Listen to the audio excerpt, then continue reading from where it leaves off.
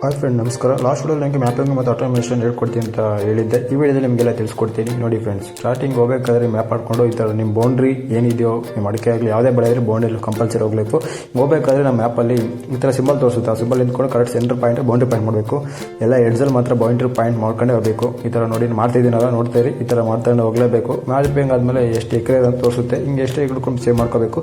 Save ಆದಮೇಲೆ ಮತ್ತೆ mapping ತೊಗೋಬೇಕು. ಮ್ಯಾಪಿಂಗ್ ತೊಗೊಂಡು ಇಲ್ಲಿ ಕಾಲ್ ಜಾಬ್ ಇದೆ ಅಂತೆಲ್ಲ ಕಾಲ್ ಜಾಬ್ ಕ್ಲಿಕ್ ಮಾಡಿ ಲೈನ್ಸ್ ಬರ್ತವೆ. ಲೈನ್ಸ್ ಬಂದ ಮೇಲೆ ಅದು ಉದ್ದುದ ಬೇಡ ಅಡ್ಡಾಡ ಮಾಡ್ಕೊಂಡೆ. ನಾನು ಕಂಪಲ್ಸರಿ ಸ್ಟ್ರೈಟ್ ಇರಬೇಕು ಬ್ರೋ. ಸ್ಟ್ರೈಟ್ ಇದ್ದರೆ ಮಾತ್ರ ನಮ್ಮ ಡ್ರೋನ್ ಸ್ಟ್ರೈಟ್ ಆಗುತ್ತೆ, ಚೆನ್ನಾಗಿರುತ್ತೆ.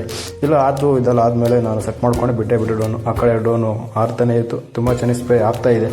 ಈ ಕಡೆ ನಾನು ಕಂಟ್ರೋಲ್ ಮಾಡ್ತಾ ಇದ್ದೆ. ಆಟೋಮೇಷನ್ ಏನು ಅಂದರೆ ನಮ್ಮ ಹತ್ರ ಹೈಟು ಮತ್ತು ಡೌನ್ ಮಾತ್ರ ಇರುತ್ತೆ, ಮಿಕ್ಕಿದ್ದೆಲ್ಲ ಅದೇ ಹೋಗ್ತಾ ಬರ್ತಾ ಇರುತ್ತೆ. ತುಂಬ ಚೆನ್ನಾಗಿರುತ್ತೆ. ಇಲ್ಲಿ ನೋಡಿ ಲೈನ್ ಕಾಣಿಸ್ತಿದೆಯಲ್ವಾ, ಈ ಥರ ಹೋಗ್ತಾ ಬರ್ತಾ ಇರುತ್ತೆ. ನಮ್ಮ ಹತ್ರ ಏನೂ ಇರಲ್ಲ, ಹೈಟು ಮತ್ತು ಅಪ್ ಡೌನ್ ಮಾತ್ರ.